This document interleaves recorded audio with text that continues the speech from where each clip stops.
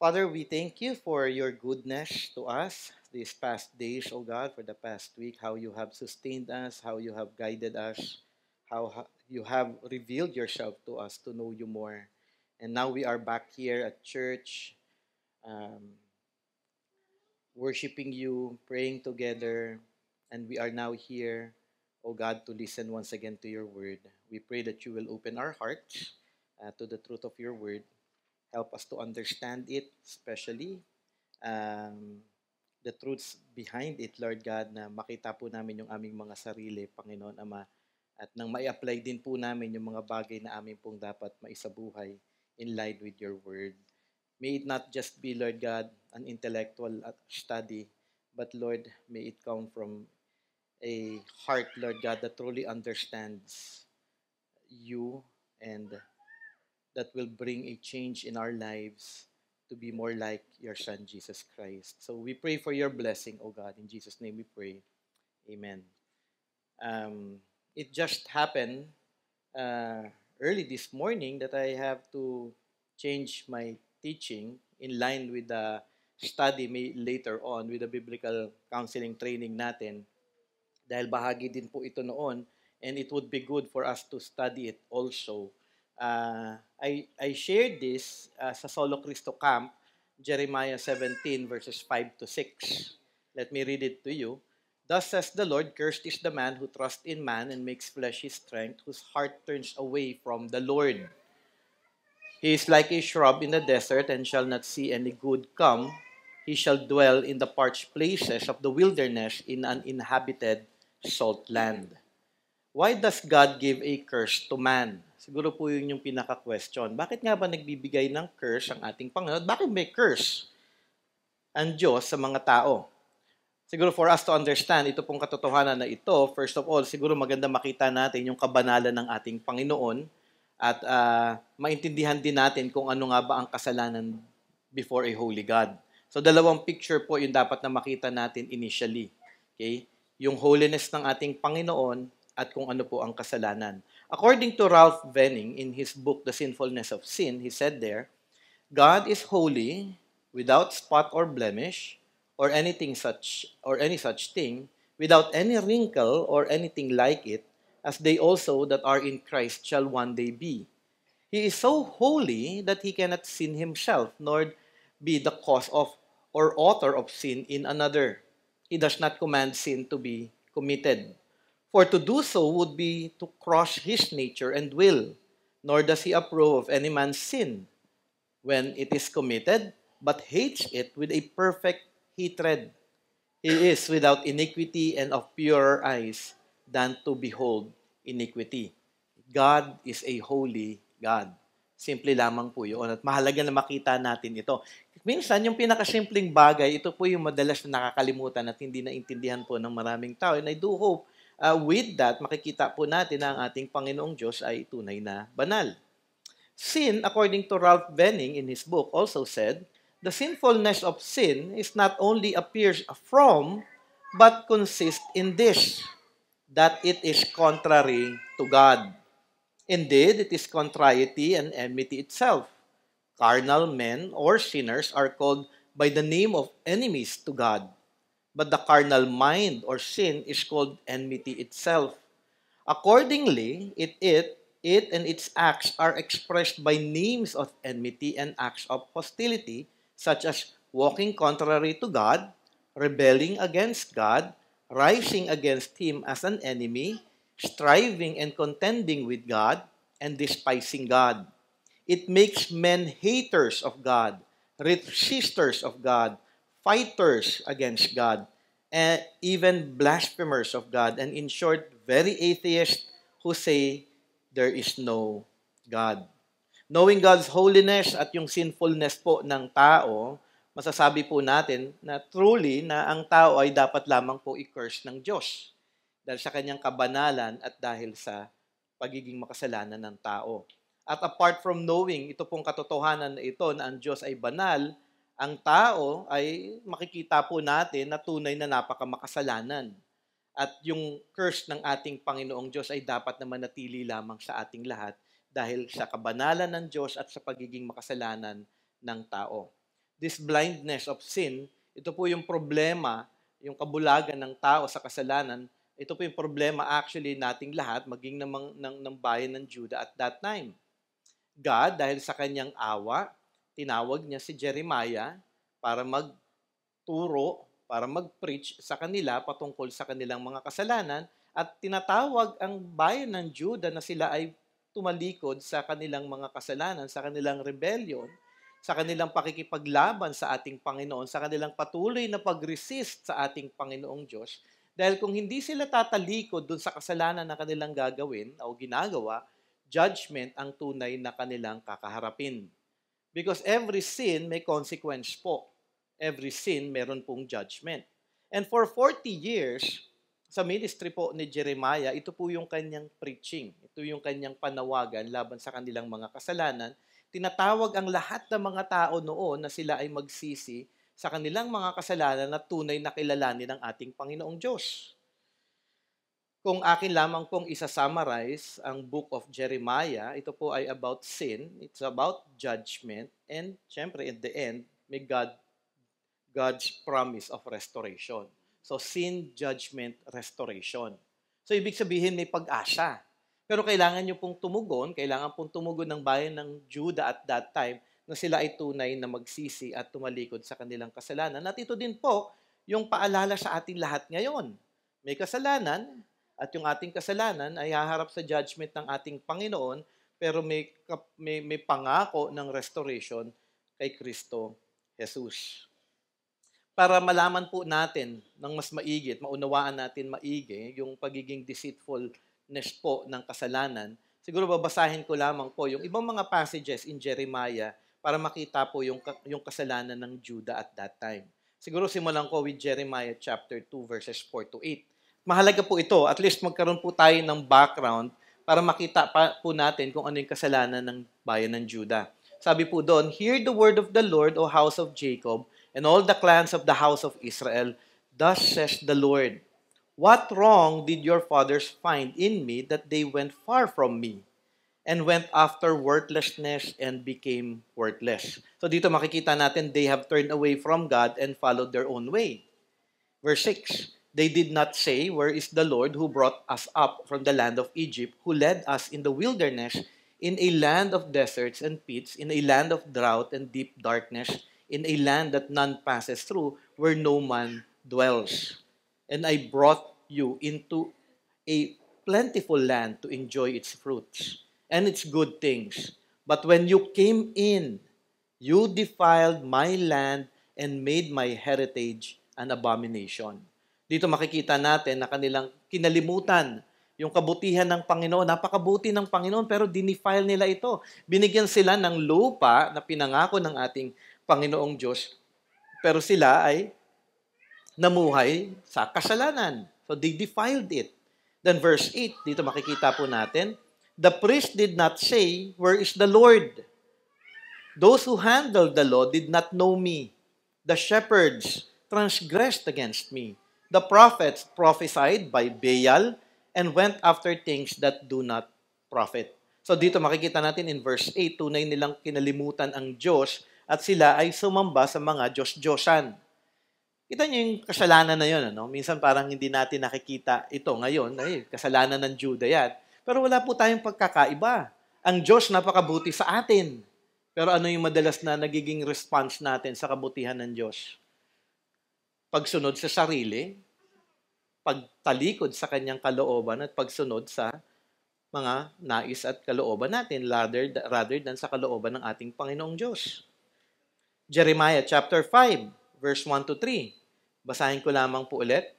Sabi doon, "Run to and fro through the streets of Jerusalem, look and take note, search her squares to see if you can find a man who does justice and seeks truth, that I may pardon her." So dito makikita natin sa verse 1, wala po talagang ni isa na gumagawa ng mabuti. Wala daw kayong mahahanap na tao sa bayan ng Judah at that time na gumagawa ng justice, na hinahanap ang katotohanan at hinahanap ang ating Panginoong Diyos. Parang Romans chapter 3. Then verse 2, sabi dito, "Though they say, as the Lord lives, yet they swear falsely, O Lord, do not Do not your eyes look for truth? You have struck them down, but they felt no anguish. And you have consumed them, but they refused to take correction. So dito makikita natin, tumitigas na yung puso ng mga tao doon sa bayan ng Juda. Dahil kahit na kinokorek sila, baliwala lang sa kanila. Nakakatakot po, no? And I want you to picture that, kung ano po yung sitwasyon po ng bayan ng Juda dahil sa kanilang mga kasalanan.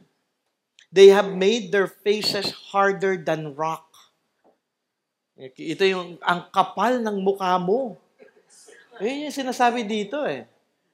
Ang kapal na ng mukha nila sa paggawa ng kasalanan, hindi sila nahihiya na gumawa ng kasalanan na kahit na alam nito ay laban sa ating Panginoong Diyos. Pagpapatuloy po lamang dito, sabi nga, they have refused to repent. So, ang kapal na ng mukha nila sa paggawa ng kasalanan, at the same time, hindi pa sila, kahit na tinatawag na sila ni Jeremiah, na sila ay magsisi, hindi sila nagsisisi. Makikita natin, they have become blind to the sins they were committing at that time. Jeremiah 7:16-20. So, palala po actually ng palala yung kanilang sitwasyon. As for you, do not pray for these people or lift up a cry or prayer for them. And do not intercede with me, for I will not hear you. Ganito na yung galit ng Panginoon. Dahil sa kasalanan ninyo, kahit na humingi pa kayo ng awa, manalangin kayo, hindi ko kayo pakikinggan. Why? Kasi napakatindi na ng kasalanan na kanilang ginagawa. Dito may judgment na ang ating Panginoon sa kanila at pinapakita dito sa verse 16 yung galit ng Panginoon sa kanilang kasalanan. Verse 17, do you not see what they are doing in the cities of Judah and in the streets of Jerusalem? The children gather wood, the father kindle fire, and the woman knead dough to make cakes for the queen of heaven. And they pour out drink offerings to other gods to provoke me to anger. Sila ay idolaters. Yung mga anak nila, buong pamilya nila, sama-sama sila na naging idolater. Yung mga anak, sila yung nagagather ng wood. Yung wood na ito para gawin sigurong idol yun o kaya or anything na kanilang gagawin for worship. Okay? Verse 19, is it I whom they provoke? Declares the Lord. Is it not themselves to their own shame? Therefore, thus says the Lord God, behold, my anger and my wrath will be poured out on this place, upon man and beast, upon the trees of the field and the fruit of the ground. It will burn and not be quenched. Grabing galit ng Panginoon, ano? Minsan thinking natin kapag nagkakasala tayo parang okay lang. Actually, wala pong pagkakaiba ito ngayon sa ating panahon ngayon. Ang kasalanan ay kasalanan. Kung ano yung kasalanan ng bayan ng Judah at that time, wala pong pagkakaiba dahil kasalanan ay kasalanan pa rin. Ang problema, ikaw nga ba ay namumuhay sa kasalanan? At kung ikaw ay namumuhay sa kasalanan, ang judgment ng Panginoon ay parehas lamang din. Wala pong pagbabago. Galit din po siya sa kasalanan. Huwag yung sasabihin sa akin, Brother Jay, it's New Testament days na. It is love. Hindi. It's the same. Huwag niyo pong sasabihin na ang kasalanan ay okay lang. So if you are living in sin, ang Diyos po ay tunay na galit po sa kasalanan. So makikita po natin dito yung kasalanan na malinaw na inihayag po sa mga passages na ating pong binasa. Nakita niyo po ba yung galit ng Panginoon, yung kanyang wrath laban sa kasalanan na ginagawa ng mga tao? Inyo pong tatandaan, si Jeremiah po, inaddress niya po ang kasalanan nila for years. Ilang taon po niya itong i-preach at ikinukorek yung mga taong ito. Dinideclare yung kanilang idolatry, kanilang dishonesty, yung injustice, yung kanilang rebellion at lang lahat pa ng kanilang mga kasalanan. Panawagan ni Jeremiah at that time was for them to repent, pero hindi po sila nakinig. Yun po yung nakakatakot. Kasi even in our time, may call of repentance na, sinasabi na, hinahayag na kung ano yung kasalanan, pinatawag ang bawat isa na magsisi sa kanilang kasalanan, nawa hindi po tayo tumulad sa bayan ng Judah, na hindi po sila nagsisi sa kanilang mga kasalanan. Pinapaalalahanan din sila kung sino ang ating Panginoong Diyos at kung ano yung kanyang mga promises na kanyang ibinigay. Kaya nga naman, kung ating makikita dun sa sitwasyon po dito sa Jeremiah, anong tawag kay Jeremiah? He is the weeping prophet. Hindi sino ba naman ang hindi iiyak sa bayan ng Juda, di ba? Ikaw, for 40 years, preach ka ng preach ng kanilang kasalanan, ng repentance, at wala ni isa na nakinig actually kay Jeremiah. Kaya nga at the end of Jeremiah, doon sa book po na yon, ay pinarusahan po talaga ng ating Panginoong Diyos ang bayan po ng Juda. Nakakalungkot po ang kanilang sitwasyon. Pero bakit ko nga ba ito binabahagi sa inyong lahat, itong mga passages na ito? Bakit natin kailangan intindihin ang mga katotohanan patungkol sa kasalanan at patungkol sa katotohanan, patungkol sa tao, sa kanyang kasalanan at sa kanyang pag-ibig sa kanyang sarili at sa kanyang kabulagan sa katotohanan? Mahalaga po kasi natin na makita itong mga bagay na ito dahil ito po yung konteksto ng Jeremiah. Okay? I do hope nung ating pong tinignan yung passage, hindi po sana naiwan sa inyo na grabe ang sama-sama ng mga taong ito. O katulad ng isang Pharisee, buti na lang, hindi ko sila katulad. To be honest, wala po tayong pagkakaiba sa kanila, kundi dahil sa awa na lamang ng ating Panginoong Diyos, ating napakinggan yung mensahe ng mabuting balita. Wala tayong pagkakaiba sa kanila dahil sinabi din sa Romans chapter 3 verse 10 to 12, as it is written, none is righteous, no not one, no one understands, no one seeks for God, all have turned aside, together they have become worthless, no one does good, not even one. So ibig sabihin, wala pong exempted sa atin. Kung ano po yung pagiging makasalanan ng bayan ng Judah before, ganun din po tayo ngayon sa ating panahon. Wala pong pagkakaiba dahil ito po ay panawagan din ni Paul during that time nung kanyang sinulatan ng mga mananampalataya po sa Rome. Lahat po tayo ay nagkasala laban sa ating Diyos na banal. At bilang mga Kristiyano, alam po natin na only by grace na atin pong naunawaan ang ating mga kasalanan. Tama po ba? Because apart from the grace, kahit ito nga mapapansin nyo ito kahit na every Sunday, turo ako ng turo ng sin, marami pa rin hindi naintindihan ng sin. Marami pa rin sa inyong nananatili sa sin. Why? Because understanding sin is by grace. Pero kailangan ko lang, ako bilang pastor, maging faithful. Kasi hindi ako pwedeng hindi magturo ng sin. Bahagi po ito na nakasulat po sa Bible. Ngayon, ang ipanalangin ninyo, kung ang understanding ng sin is by grace, ngayon po, sa mga oras na ito, ipag-pray ninyo yon. Lord, by grace po naunawaan ng sin, tulungan niyo ako na maunawaan talaga ang kasalanan at tumugon ako ng tama doon sa aking pagkakaunawa ngayon sa kasalanan. Kasi kahit na kunyari daw 100 taon tayo dito na nagtuturo at hindi nyo din ipapanalangin na maunawaan ninyo by grace ang sin, 100 years pa rin kayong mananatili sa inyong mga kasalanan. Ayoko po maging katulad ni Jeremiah na maging parang weeping prophet na lang dito o weeping pastor. Diba? Parang nakakalungkot naman na weeping pastor ako na turo ako ng turo pero alam mo parang walang pagbabago sa heart ninyo, walang deeper understanding kung ano yung kasalanan at deeper understanding ng kabanalan ng ating Panginoon. Pero mahalaga po tayo bilang mga mananampalataya, makita po natin ang mga bagay na itinuturo po sa atin ng ating Panginoon. Na makita natin kung gaano tayo kamakasalanan sa harapan ng Diyos na banal, kung paano po tayo nagrebelde laban sa Kanya, kung paano po tayo tumalikod laban sa Kanya, kung paano po natin dinidishonor ang Kanyang pangalan, kung paano po ito natin ginagawa araw-araw ay nakakalungkot po.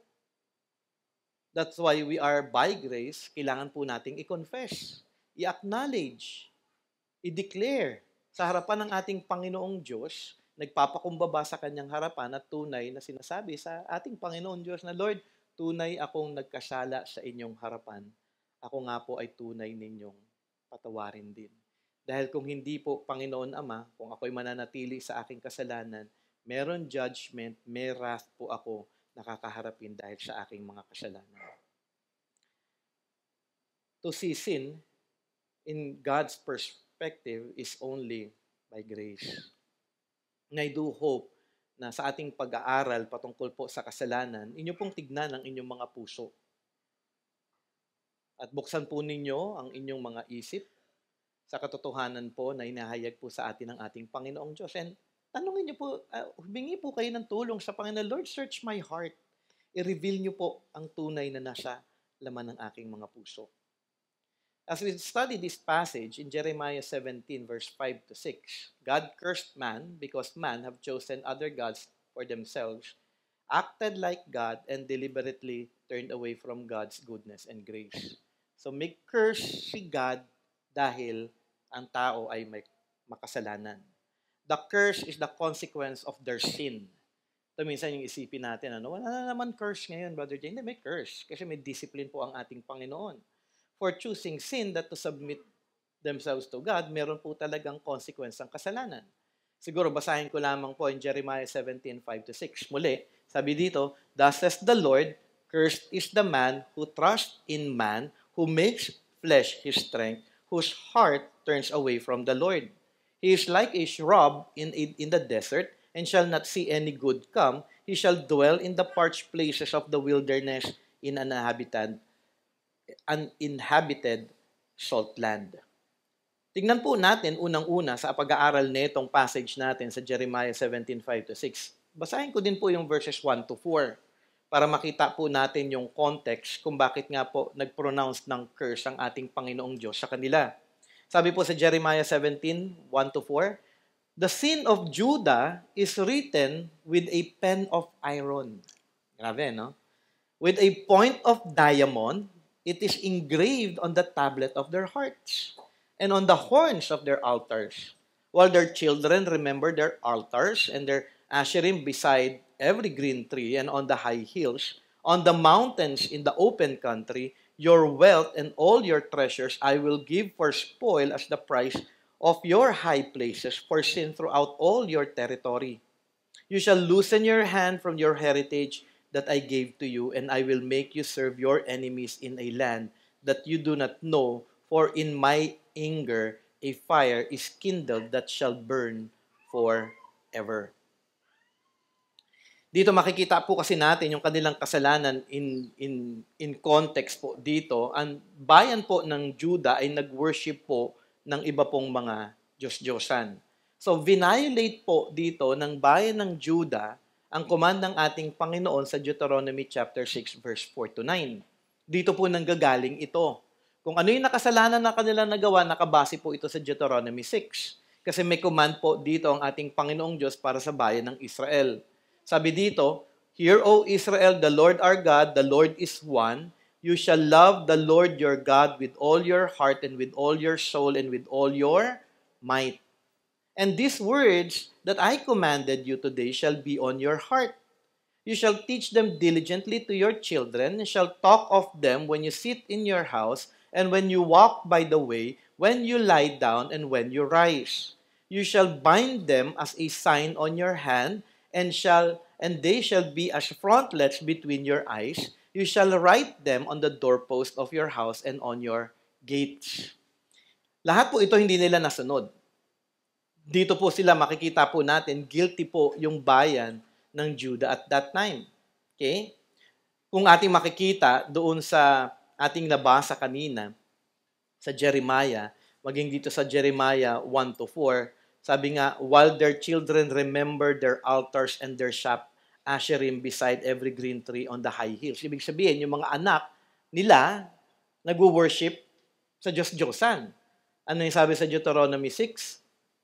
Yung Shema, love the Lord your God, di ba? And so on.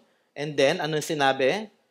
And these words that I command you today shall be on your heart. You shall teach them diligently to your... Hindi nila ginawa yon. Matindi po yun, ha? Ibig sabihin, kilala nyo ang Diyos, ang responsibility nating mga magulang, hindi lamang po palakihin ng na healthy, na nakagraduate ang ating mga anak. We're going to put it in our context. Kailangan natin palakihin ang ating mga anak na may takot at pagkilala sa Diyos. Yun po yung pinaka-responsibility ng parent. Kasi nakasulat naman po yun sa Deuteronomy chapter 6. Minsan, ito yung nakikita ko eh. Maraming magulang, masyadong nakafocus, itong maganda para sa aking anak. Ito para maging successful siya. Ito ang pinakamagandang course para sa iyo. Bale, wala yon kung ang anak mo ay hindi Christian. I tell you, they will go to hell. They don't know the Lord. They may be successful here, pero hanggang dito lang. But after here, pag hindi sinunod po yung Deuteronomy 6, 4-9, malaking kasalanan po iyon. Kaya ang responsibility natin as parents is to teach them the way of the Lord. What they have come to know, itong mga batang ito, dahil tinuruan ng mga magulang, is to practice worship of idols. That is why Judah's sin is indeed permanent. Napakatindi ng kasalanan ninyo, hindi ito mabubura. Kaya nga sinabi ni Jeremiah dun sa verse 1 ng chapter 17, written with a pen of iron with a point of diamond, it is engraved on the tablet of their hearts. Kumbaga, hindi nyo pwedeng itago ang kasalanan ninyo. Kitang-kita yan at hindi mo mabubura yan dahil obvious ang inyong mga kasalanan. Yung lalim ng kanilang kasalanan ay tunay na napakalalim. At yung influence nila ay nakikita natin to the next generation. Hindi lang yung nanay, tatay nagkasala, pero yung mga susunod pang henerasyon, nagkakasala na rin. Kaya nga merong pronouncement ang ating Panginoong Diyos ng judgment sa kanilang lahat. They will lose everything. Their wealth, their land, everything because of their sin. And then yung pinakamatindi dito, they will serve other nations. This is the immediate background ng ating pong passage. Galit ang Panginoon. Galit ang Panginoon sa kanilang mga kasalanan because of the sins of the people, and He has given His judgment to them. But the Lord, at the same time, reminded them of the truth they already know. Why be cursed when you can be blessed? Ganito po yung Panginoon Diyos eh. May galit siya, pero out of His mercy, dahil perfect, merciful ang ating Panginoong Diyos at loving po pa rin po siya at gracious pa rin at patient pa rin, meron pa rin po siyang mga dineclare, even in Deuteronomy chapter 11, kung saan dito may command ang ating Panginoon na atin siyang mahalin at atin siyang sundin. At kung atin siyang susundin at mamahalin, indeed meron pong blessing po ito na kasunod. Dito makikita po natin sa Deuteronomy chapter 11 yung blessings ng ating Panginoon at yung kanyang curse. I want to read to you something connected in our passage in Jeremiah 17 and the situation na ang bayan ng Judah po ay naroon. So basahin ko din po yung Deuteronomy 11:18-28. Medyo mahaba po ito, pero mahalaga na makita natin ito dahil ito po yung background din ng Jeremiah chapter 17 na ating inaaral. So nasa introduction pa rin po tayo. Deuteronomy 11:18-28. Masusundan niyo po ako, no? I'll give some comments about it. You shall therefore lay up these words of mine in your hearts. Okay? So, sinasabi, God's word should have been in their hearts, not their sins. Sabi doon, and in your soul, and you shall bind them as a sign on your hand, and they shall be a frontlet between your eyes. Ibig sabihin na ito, tandaan mo ito, i-memorize mo mga bagay na ito. Pero makikita po natin, they have forgotten God's word.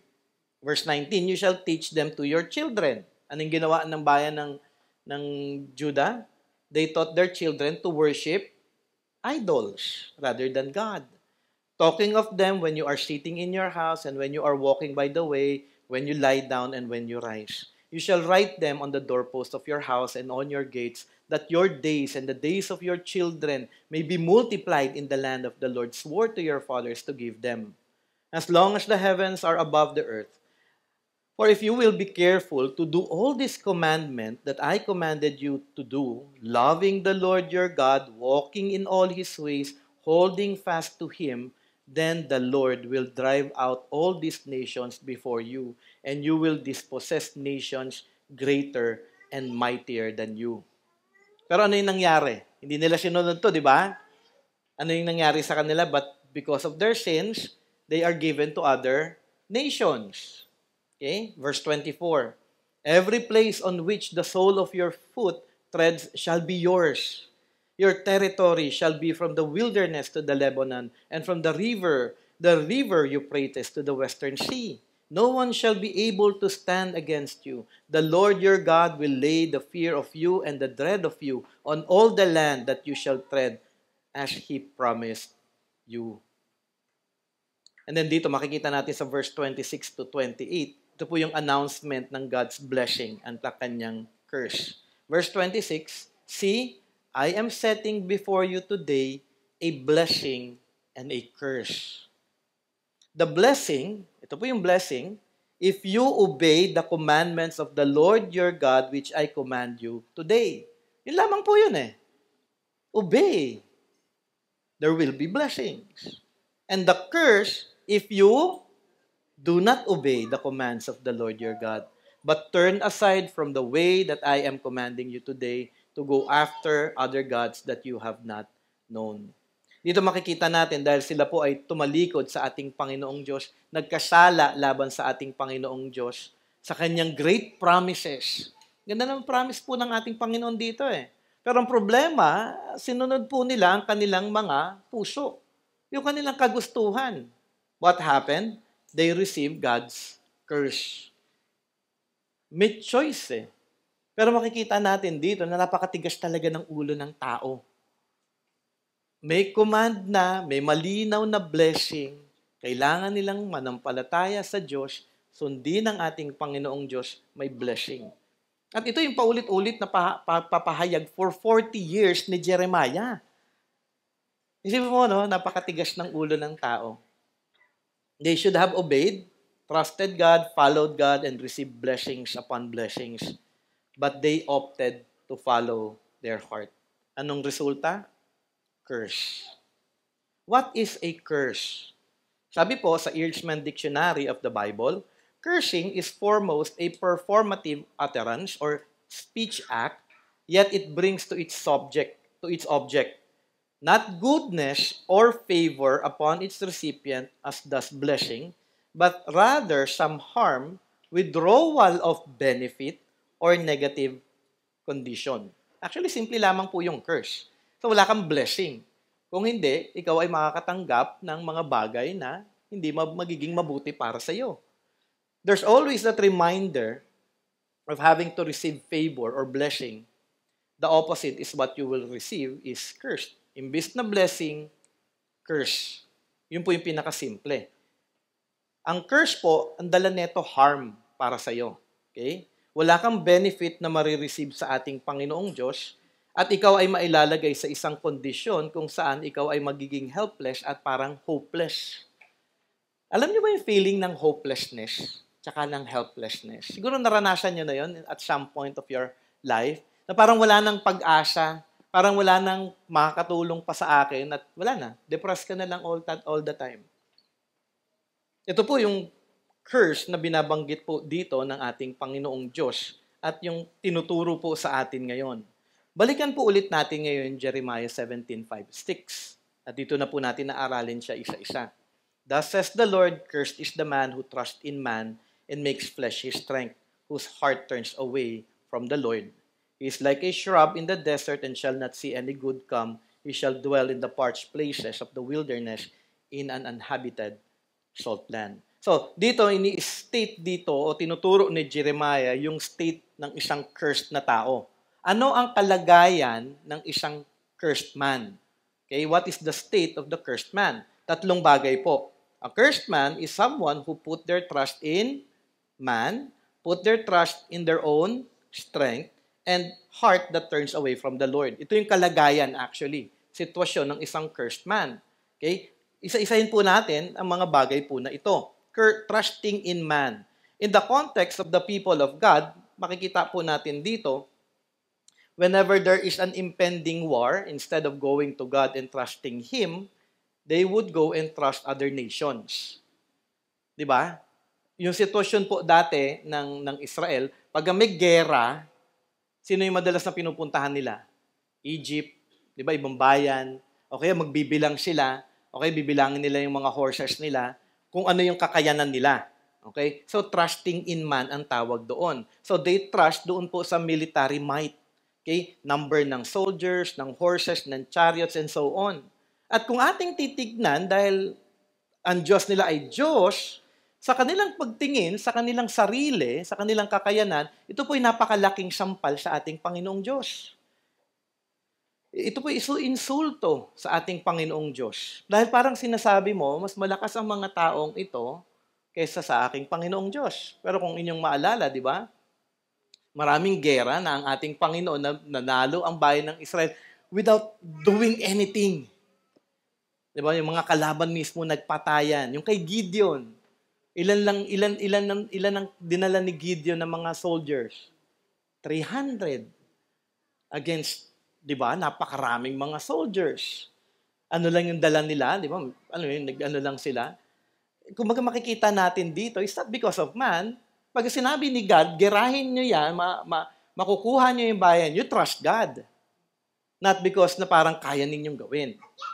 Isaiah 31 verse 1 says, "Woe to those who go down to Egypt for help and rely on horses, who trust in chariots because they are many, and in horsemen because they are very strong, but do not look to the Holy One of Israel or consult the Lord." Dito makikita po natin na may command po sa atin not to put our trust in man.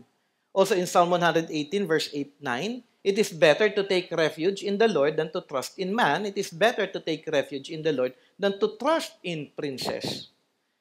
Kung ang ating Panginoong Diyos ay all-powerful, sovereign of all, and creator, bakit nga naman ikaw magka-trust sa tao? Because we are blinded by our sins. Yun po yung problema eh. Imbis na mag-trust ka kay God, gumagawa ka ng paraan ng sarili mo na parang sinasabi mo, hindi ka trustworthy, Lord. Kaya po may curse para sa mga taong ganito. Thinking that man can do what God can only do. Ang problema po, most of the time, tayo din po ay people pleasers. We have that tendency na itaas po ang tao more than God because we are prone to depend on man rather than trusting and depending on our great God. Well, may problema ka. May problema ka financially. Ay, meron akong, ang nanay-tatay ko mayaman. Alam mo yun, yung parang, ang una mo naiisip, pag may problema, doon mo makikita yan eh. May problema ako sa ganito, yung kaibigan ko may kakilala dyan. Alam mo yun, nakukuha niya yung point dito. Ang resolve palagi kagad ng tao. Rather than may problema ka, go to God. May problema ka finances, go to God. Dahil baka may tinuturo sa iyo pa ng Panginoon na maging matipid ka, magtiwala ka sa Kanya, sa Kanyang provision. Alam mo yun, kung may problema ka sa isang sitwasyon, go to God. Huwag kagad tao. Huwag kagad ng, meron akong kakilala. Okay na yan. That is an insult before the Lord. And if you have fallen into this kind of sin, God's curse is upon you. Why are we not to put our trust in man? First, man is weak.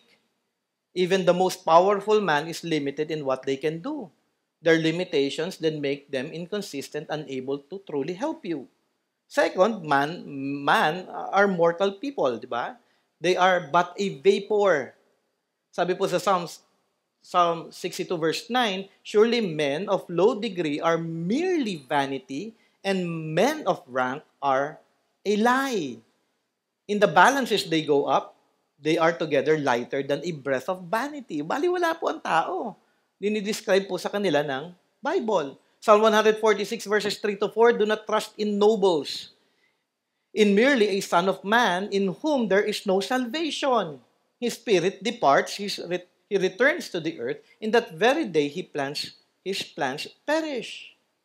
Third, man is unreliable. Minsan okay sila, minsan hindi. Minsan available sila, minsan hindi. Di ba? Napaka-unpredictable po ng tao. Kung dati nahingan nyo sila ng tulong, baka in time, hindi nyo sila maasahan. Tapos magagalit kayo. Galit kayo pa yung galit, ano? Alam mo yun, man is unreliable. Parang ganito sila, ganyan sila. They are changing. Okay? And they, at the same time, they are biased in their thinking. So bakit tayo magtitiwala sa kanila? Kung ang ating Panginoong Diyos, inyong iisipin, God is perfectly faithful. Perfect faithful ang Panginoon, ha? Pag sinabi kong perfect, hindi siya pwedeng hindi siya maging faithful sa atin.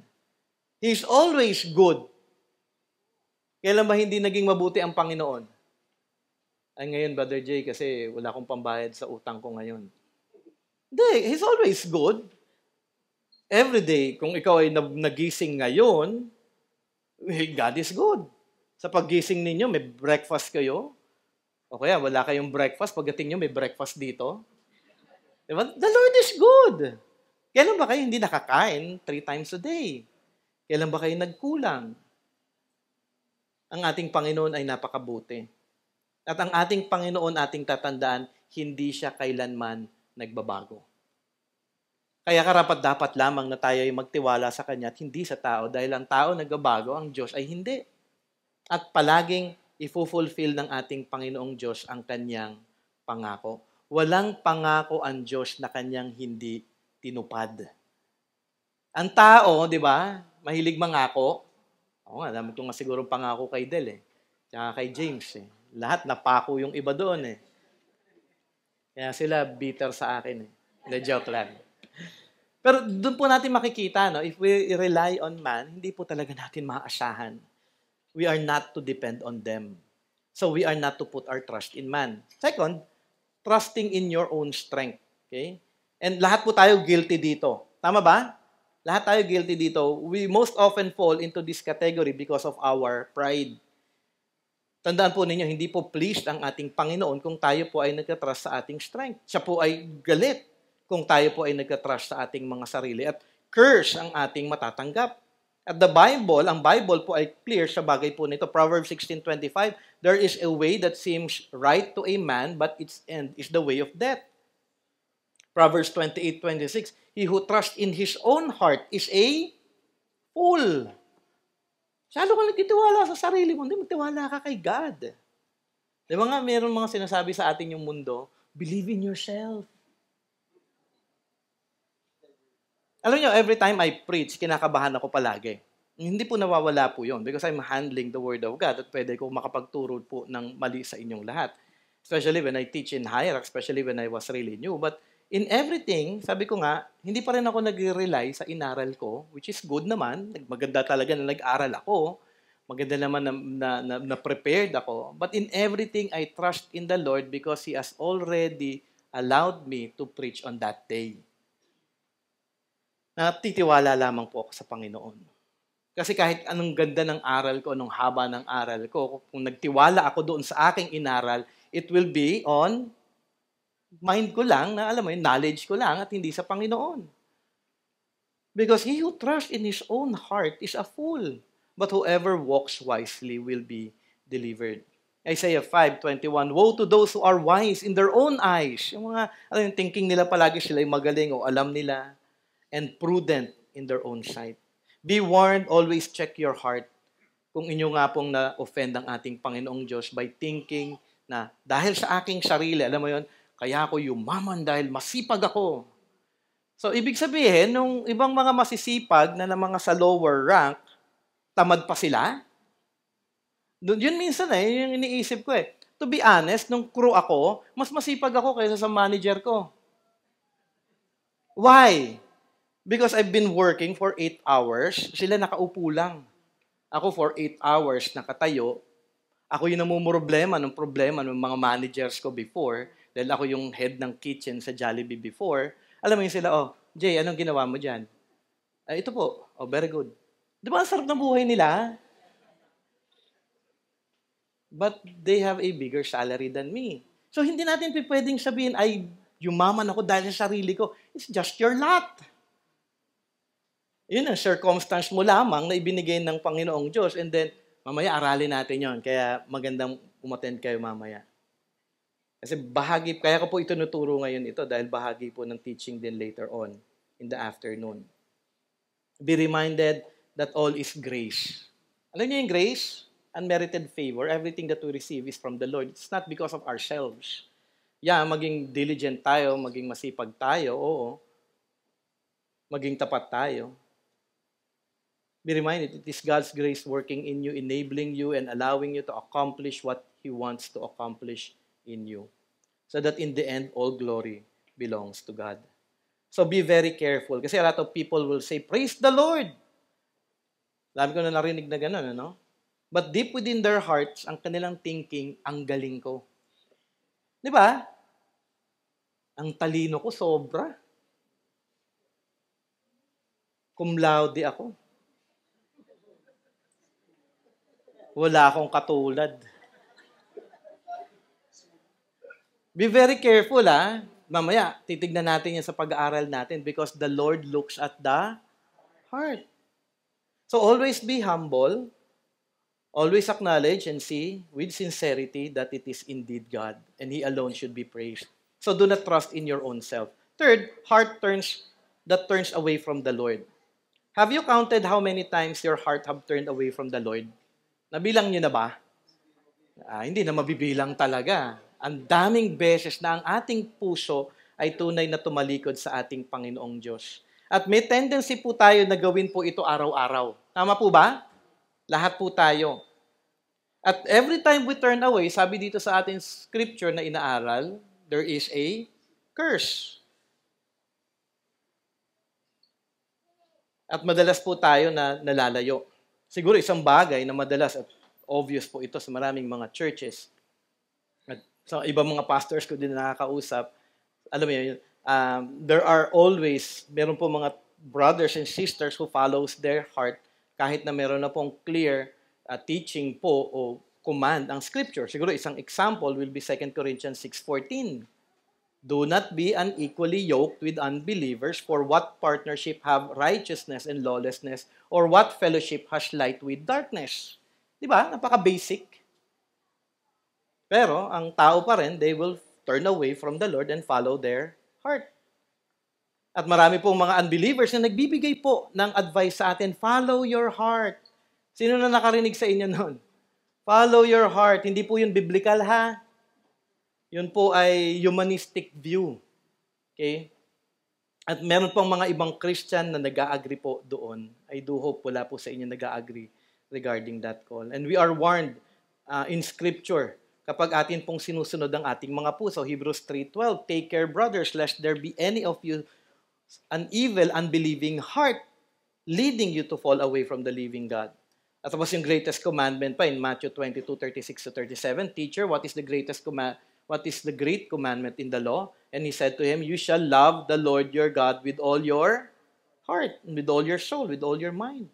Ang ating heart po ay dapat na loyal sa ating Panginoong Diyos. Even in the Old Testament, ang mga hari, makikita po natin how they're turned away from the Lord. At kanilang natanggap ang galit ng Diyos. 2 Kings 13:1 and 2. Basahin ko na lang yung verse 2. And he did what was evil in the sight of Yahweh and followed the sins of Jeroboam, the son of Nebat, with which he made Israel sin. He did not depart from them. So sinunod ng hari ang kanilang kagustuhan. Even Solomon, mentioned in the Bible this way. Sabi sa 1 Kings chapter 11 verse 6 to 10, and Solomon did what was evil in the sight of Yahweh and did not follow Yahweh fully as David his father had done. Then Solomon built a high place for Chemosh, the detestable idol of Moab on the mountain which is east of Jerusalem, and for Molech, the detestable idol for the sons of Ammon. Thus also he did for all his foreign wives who burned incense and sacrificed to their idols. Now Yahweh was angry with Solomon because his heart was turned away from Yahweh, the God of Israel, who had appeared to him twice and had commanded him concerning these things, that he should not walk after other gods, but he did not keep what Yahweh had commanded. So be very careful not to think that you are already good and secure and will not do those things na ginawa po ng mga hari. Ito, hari na ito, Nakausap pa niya mismo ang Diyos at ang Diyos pa ang nagbigay mismo ng instruction. Pero si Solomon, patuloy pa rin po siya na tumalikod sa ating Panginoon. So be humble and always acknowledge God. Be reminded, the heart is deceitful above all things. So do not be deceived by your heart, for it may turn you away from the Lord. So what is a cursed man? Ano yung state ng isang cursed man? A cursed man is a man, who trusts in himself, and whose heart turns away from the Lord. So if you do this, there's always a curse. Meron pong consequence yung sin na ito. And then verse 6, bibigyan po tayo ngayon ng picture kung ano po ang picture ng isang tao na cursed. So yung state yung una, ngayon yung picture. He is like a shrub in the desert and shall not see any good come. He shall dwell in the parched places on the wilderness in an uninhabited salt land. So yung unang picture, like a shrub in the desert. Nakakita na kayo ng plant sa desert? Paano nyo ma-describe yung plant na ito? Di ba? Exposed to heat, isolated, lonely, lost, and deserted. Yun yung picture niya. Okay, nung shrub na ito. In short, kung ako ay plant at ako ay nasa desert, maganda ba yung sitwasyon ko? Siyempre hindi. Meron na ba sa inyo nakapunta ng desert? Hindi desert baka iniisip nyo ngayon desert. Puro pagkain na alam ko ang alam ng mga taga-BSL Pero desert talaga, hindi po magandang lugar po ito. At dito makikita natin yung curse na ibinibigay po ng ating Panginoong Diyos. At ito yung magiging sitwasyon mo kung ikaw ay mahuhulog sa iyong kasalanan. You will feel alone. You will think people are talking about you.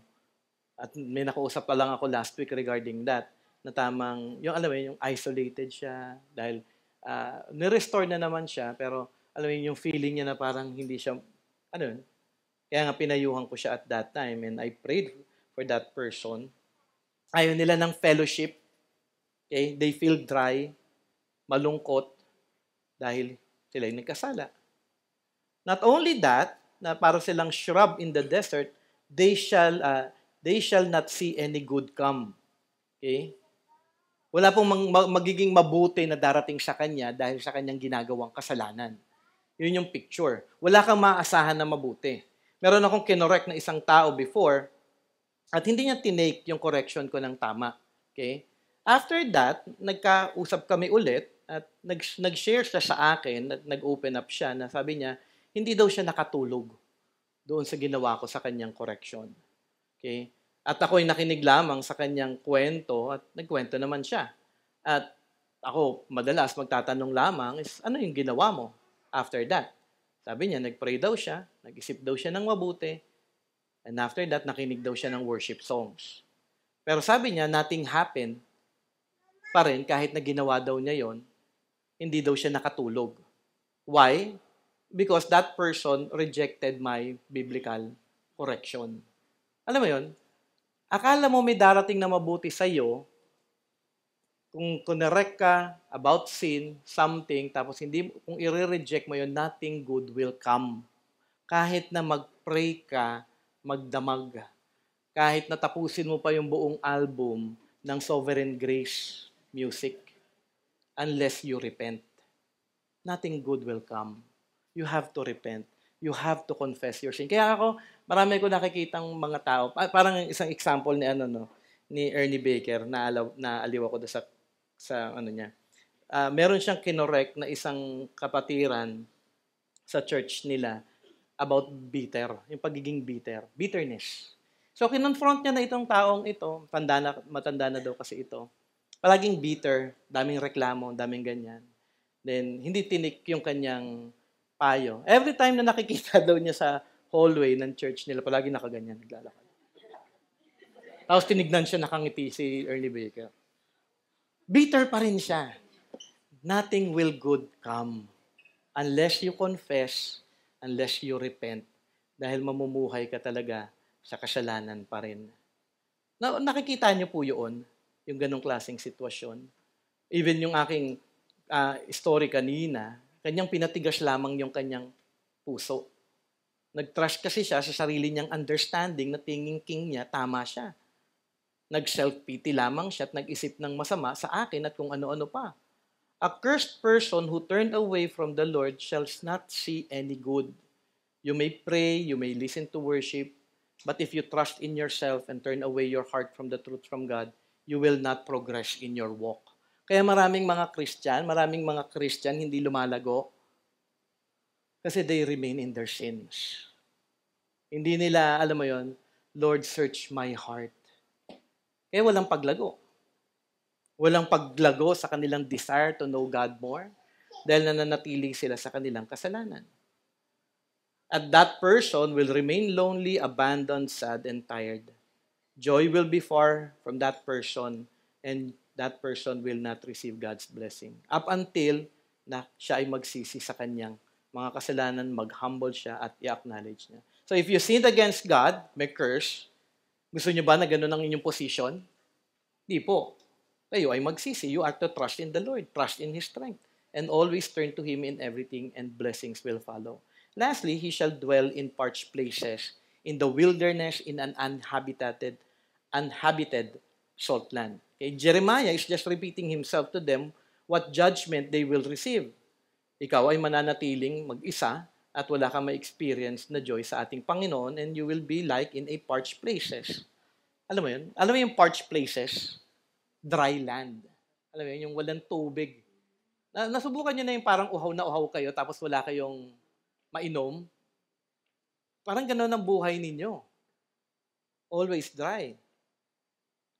At mahalaga na makita po natin na gano'n po ang magiging picture po ninyo kung kayo ay mananatili sa kasalanan. The consequence that a person receives from turning away from the Lord is indeed sad. And I hope you see the picture that in our time also is experiencing. Wala pong pagkakaiba. Ganon din po ngayon. Minsan ang problema po ng tao ngayon, mautak ang tao ngayon. May kasalanan sila, okay lang, tapos pupunuan nila yung sarili nila ng mga bagay na tingin nila makakapagbigay ng kasayahan sa kanila. Chocolate, ice cream, pupunta ng mall, mag-shopping. Alam mo yon, malungkot ako. Kain ako sa ganitong kainan. They fill themselves with things na thinking nila will give joy. But after that, pag uwi, ano mangyayari? Dry ulit. And the only way out for that kind of situation is to confess, repent, and go to God and receive His blessing. Kaya nga po, huwag po tayong magmamatigas. Magpakumbaba lang po tayo. What now? In ending, in application. Naturo ko na ito before sa Hebrews chapter 12 na tayo ay dinidisiplina madalas ng ating Panginoong Diyos at sa kanyang pagdidisiplina, ito po ay hindi po, alam mo church discipline, disiplina niya is for us to grow more in Christ. Yun yung tuon ng ating Panginoon sa atin. Sa ating passage in Jeremiah 17, tinuturo niya po sa atin yung dalawang ways, curse or blessing. And I hope you as a Christian will abide dito po sa warning ng ating Panginoon to choose not to trust in man or yourself or to unfollow your heart and follow God all the days of your life. For those who are not yet in the faith, kung wala ka pa kay Kristo, you are cursed. You are cursed. Yun lamang po yun. Para sa mga Christian, may choice tayo. You want to receive blessing or cursed, you obey God, trust God, submit to Him, and live the life of Christ. For those who are not yet in Christ, you are cursed. At yun po yun yung dapat nyo makita. You will be cursed forever unless you go to Jesus Christ. Pero dito, makikita natin in Scripture na meron pong hope. At ito po yung makikita in Galatians chapter 3 verse 13. Sabi po doon, Christ redeemed us from the curse of the law by becoming a curse for us. For it is written, cursed is everyone who is hanged on a tree. Ano yung kabaliktaran ng curse? Blessing, di ba? Ating nakita po yon, blessed by God. Sino ang dapat na i-curse ng Diyos? Ang taong makasalanan. Okay? Tayo dapat at hindi si Jesus. Yun yung kagandahan ng gospel. Dahil ang ating Panginoong Jesus kahit kailan ay hindi siya nagkasala. At si R.C. Sproul sa kanyang article na aking nabasa before, sabi niya doon, what is a blessed man? There is a Hebrew benediction that we can read in Numbers 6:24-26. Sabi po doon, itong benediction at kinanta yata ito ng last time, the Lord bless you and keep you. The Lord make His face shine upon you and be gracious to you. The Lord lift up His countenance upon you and give you peace. Ito po yung benediction ng blessing. At dito sinasabi ni R.C. Sproul, yung other side ng blessings is curse given by God to those who sinned against Him.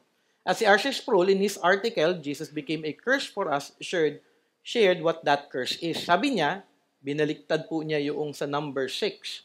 Sabi niya dito, the supreme malediction would read something like this. May the Lord curse you and abandon you. May the Lord keep you in darkness and give you only judgment without grace. May the Lord turn His back upon you and remove His peace from you forever. Ito ang dapat na matanggap natin sa ating mga kasalanan. Pero ang tumanggap ng lahat ng ito ay sino? Ang ating Panginoong Jesus. Kaya nga Galatians 3:13 says, Christ redeemed us from the curse of the law by becoming a curse for us. For it is written, cursed is everyone who is hanged on the tree. Jesus has done everything for our salvation. He died, paid for our sins, took the curse that should have been ours, accepted all the wrath of God, was separated from the Father, suffered, accepted all the scorn of man. All this He accepted fully because He wanted us to be saved from the curse of our sins. This is Jesus' love for us. For those who have not come to faith in Christ, consider this truth. Consider the work of Christ for your salvation. See how great His love is, and I hope you will also respond in faith and repentance. For those who are in Christ, the curse of sin is lifted up only because of Christ. For there is now no condemnation for those who are in Christ Jesus. But always look into your heart and see that you are not to be deceived by it. To think that man is greater than God, that you can do all things by your own strength, and by turning away from the true source of all joy and blessings in life. Live a life that is always dependent on God's grace, trusting Him, acknowledging Him in all your ways, submitting to His will, obeying all His commands, for you are in Christ. Then you are to honor Him in how you live your life, so that you may not receive curse, but God's blessing.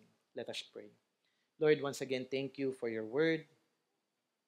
Thank you for teaching us, Lord God, about what you hate the most, Lord God, from us.